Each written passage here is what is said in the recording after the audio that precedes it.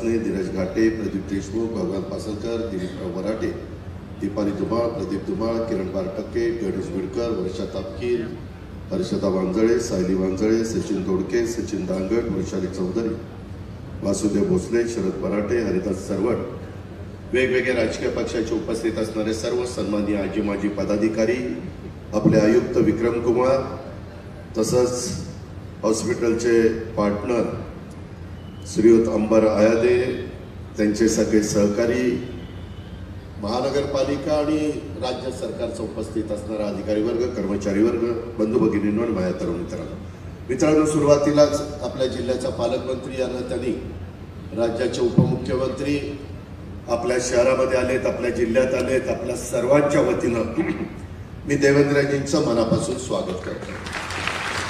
आज जवळपास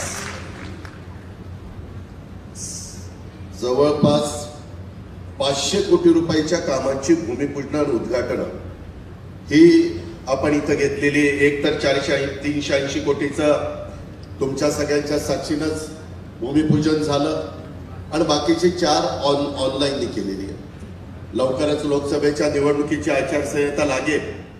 आज खरं आमच्याकडे वेळ अतिशय कमी आहे, त्याच्यावर दादाही म्हणले की मी बोलत नाही, तुम्ही बोला आणि देवेंद्रजींनी बोलू द्या, कारण 11 वाजता एक महत्वाचं नवीन एकात्मिक टर्मिनल इमारत पुणे विमानतळाचं उद्घाटन हे VCच्या द्वारे पंतप्रधान स्वतः करतायत आणि जवळपास 14 अन्य विमानतळाचं देखील प्रकल्पाचं उद्घाटन आहे। 9,800 कोटी रुपयांची विमानतळं आपल्या देशात आणि राज्यामध्ये बांधली गेलेली आहेत किंवा टर्मिनल बांधले गेलेले आहेत, त्याचं उद्घाटन आहे। त्यामुळे त्याही कार्यक्रमाला आम्हाला अतिशय लवकर जायचं आहे। खरं तर 2 वर्षापेक्षा जास्त काळ झाला महानगरपालिकेच्या निवडणुका थांबलेल्या आहेत। ह्या सुप्रीम कोर्टामुळे थांबल्या।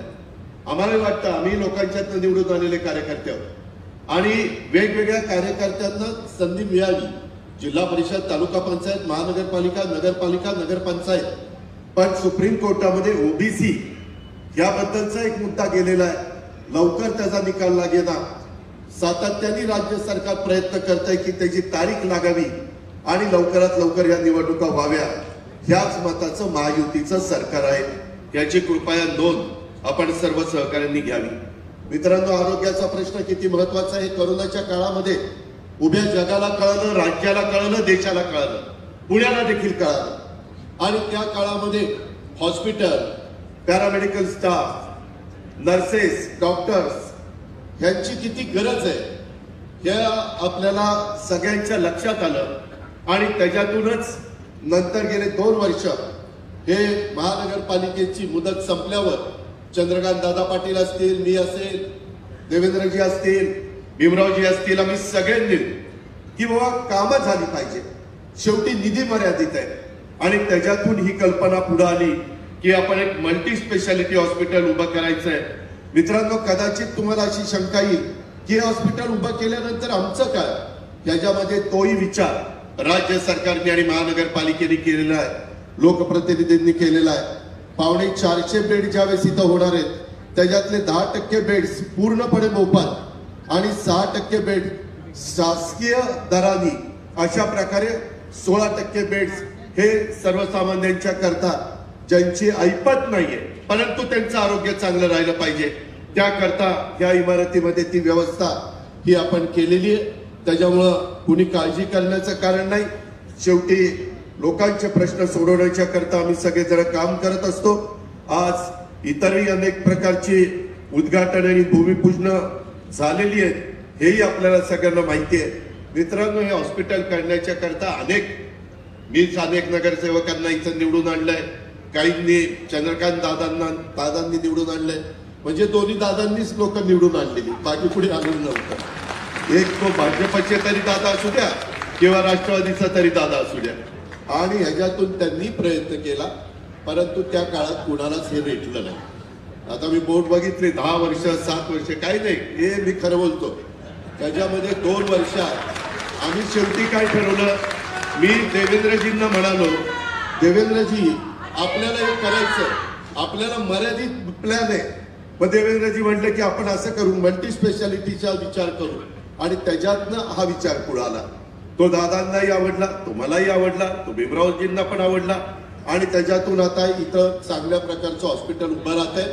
मित्रांनो, आपल्या एकंदरीत या 2 वर्षात नुसतं हेच नाही, वारज्याच्या बरोबर चंद्रकांत दादा पाटील, तुम्हाला माहिती असेल तुमच्याही मतदारसंघात बाणेरला आपण एक हॉस्पिटल करतोय. देवेंद्रजी असंच आम्ही हॉस्पिटल करतोय. ते तर किती बेडचं आहे?